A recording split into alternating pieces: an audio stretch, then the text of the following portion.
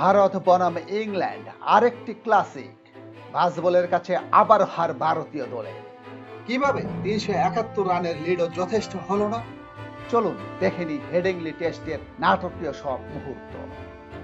ভারত প্রথম ইনিংসে ব্যাট করে ভালো স্কোর করেছিল, নিয়েছিল ১০ রানের লিড। দুর্দান্ত ব্যাটিংয়ের পাশাপাশি জাসপ্রীত বুমরা তুলে নেন অসাধারণ বোলিং ফিগার। কিন্তু তারপরেও গল্পের আসল মোড় ঘুরল চতুর্থ ইনিংসে, পঞ্চম দিনের খেলায়। পঞ্চম দিন ইংল্যান্ড ২১ রান নিয়ে ইনিংস শুরু করে জ্যাক ক্রলি আর ভ্যান ডাকেট মিলে তোলেন ৯৬ রান সকালের শেষে।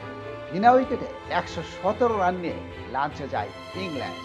বৃষ্টির জন্য ২২ মিনিট খেলা বন্ধ ছিল। বৃষ্টির বিরতির পরেই ফিরে আসে ভারত।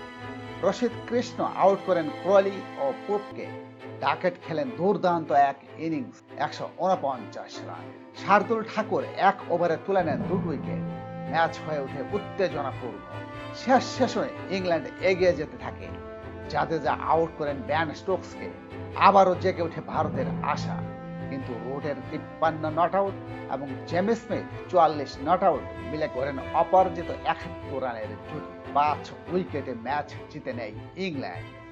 এটি ছিল ইতিহাসে দ্বিতীয়বার যখন ভারত ৩৫০ রানের বেশি টার্গেট দিয়েও হেরে গেল।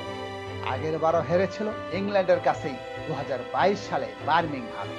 বাজবল স্টাইল আবারও প্রমাণ করলো আক্রমণই সেরা প্রতিরক্ষা। আপনার মতে ভারত কোথায় ভুল করল কমেন্টে জানাতে ভুলবেন না। ভিডিওটি ভালো লাগলে লাইক দিন, শেয়ার করুন। এমন আরো বিশ্লেষণের জন্য সাবস্ক্রাইব করুন। সাথে থাকার জন্য সবাইকে ধন্যবাদ।